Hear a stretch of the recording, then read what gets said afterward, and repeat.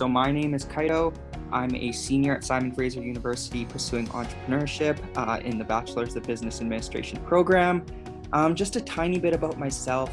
I discovered entrepreneurship in my first year of university in a hackathon, and just kind of trying to explore what entrepreneurship really was. I thought it was really cool that you're able to kind of create your ideas from the ground up.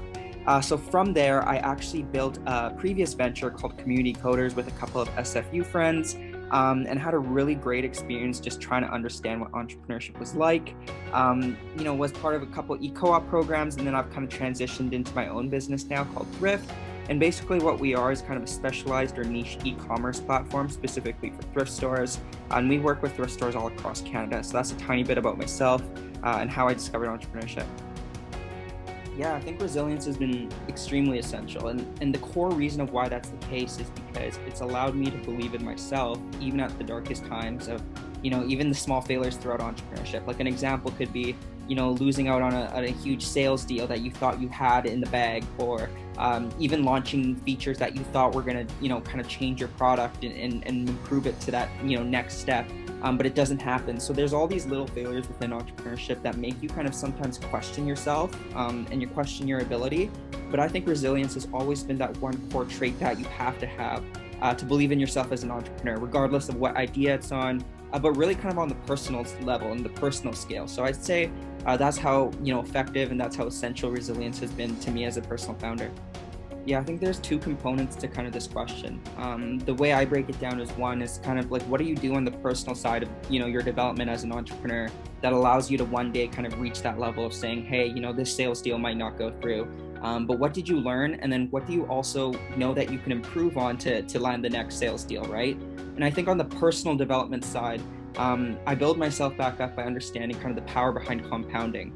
And what that simply means is, what are the activities that you're doing pretty much daily to be able to improve and get to the point of where you want to be?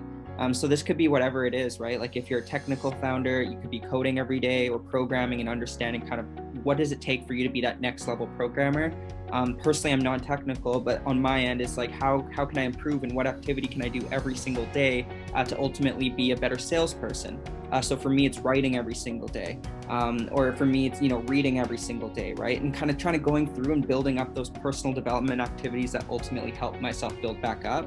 But then the other component is also just the support networks. It's like, you actually can't really go through this by yourself. There's never going to be a time where you can just take everything by storm by yourself. So again, it kind of relies back on that support network, right? It's both the personal side. So people outside of entrepreneurship, I think it's really important just speaking to, your parents and just kind of talking a bit about that.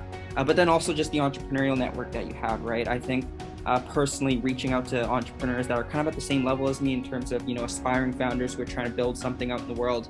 Those are the people I love reaching out to, but then there's also that mentorship and advisory network as well. So it's a combination of support network, but then also looking within yourself of like, why do you deserve the next opportunity? And it's the activities that you put in every single day. Yeah, I think there's two here in terms of my greatest obstacles. Number one is being a solo founder. Sometimes entrepreneurship is pretty lonely, so being able to try to reach out to someone is always, something that you want to do. Thankfully, I do have kind of an entrepreneurial support network where it's other founders that I can reach out to who might, again, be in a similar phase as me, or just kind of share the same feelings that I go through. So that's been one challenge. And that's kind of something I've gotten a lot better at in terms of just trying to be able to alleviate some of the problems that come with being a solo founder. And then number two is being non-technical. So when I started kind of this entrepreneurial journey, it was really hard for me because you kind of go through the challenge as a non-technical entrepreneur of like, how do you even build a product? Like I can't code, so what am I going to be able to put out there, right?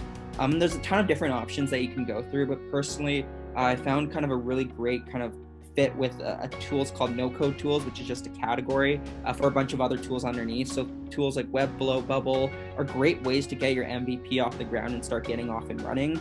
And just being able to use those tools has actually inspired me to start programming myself. It's not that I'm going to be an expert programmer at one point, but I'd love to kind of just learn how technical, products work, right? So that's kind of just been the entire journey of the difficulties, but also just kind of the developments over my journey as an entrepreneur so far. Within this kind of challenge here, I think there's a couple of things as well. I'll break it down really quickly, but resilience has allowed me to learn deeply about spaces that I'm interested in.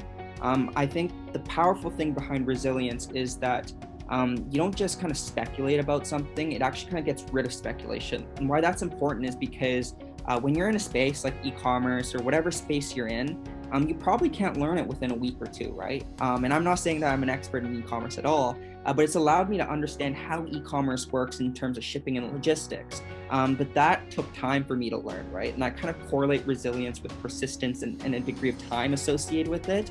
So resilience has been a huge foundation because it's allowed me to kind of carve a deep interest in spaces that I'm interested in myself. And if it wasn't for resilience, I might just back out and I think I know about the space or the industry, but actually spending time within it has helped me a lot in terms of just seeing if the space is something that I'm interested in. So that's just a kind of a quick example of how resilience has been a foundation. But then also we kind of touched on it too. It's allowed me to be consistent. It's allowed me to write every day. It's allowed me to kind of build my sales skills. So that aspect of resilience has been super essential when it came down to the pandemic as well. There's a lot of advice that I get. Like it's really easy to give advice, but the cool thing about a founder is that you have to actually kind of filter through that advice and see what's contextual to you. There's been a lot of advice out there, but I think the key thing that I've just been kind of learning throughout this entrepreneurial journey, especially at an early stage, and this is going to be kind of resorting more to a tactical lens, but as an early stage entrepreneur, there's really only two things that matter. And the two things that matter is one, revenue, or one, users, like just having growth associated with your platform. So kind of shifting more to maybe less of kind of like a personal development advice to more of a tactical thing. I'd say that's like one of the key pieces of advice that I got from my business mentors, saying, hey, when it comes down to being a solo founder and focusing on activities that matter, think of those two metrics as a way of kind of guiding your North Star when it comes to building a business.